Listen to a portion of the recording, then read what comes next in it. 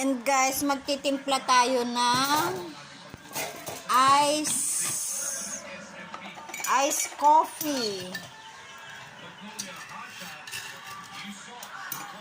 Dalawa lang guys.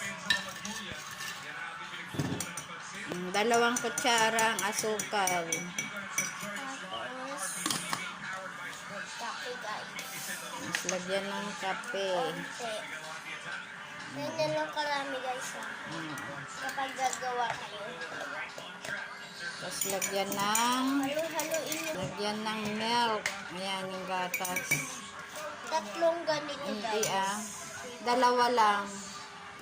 Ayan. O, sige na. Ganyan guys.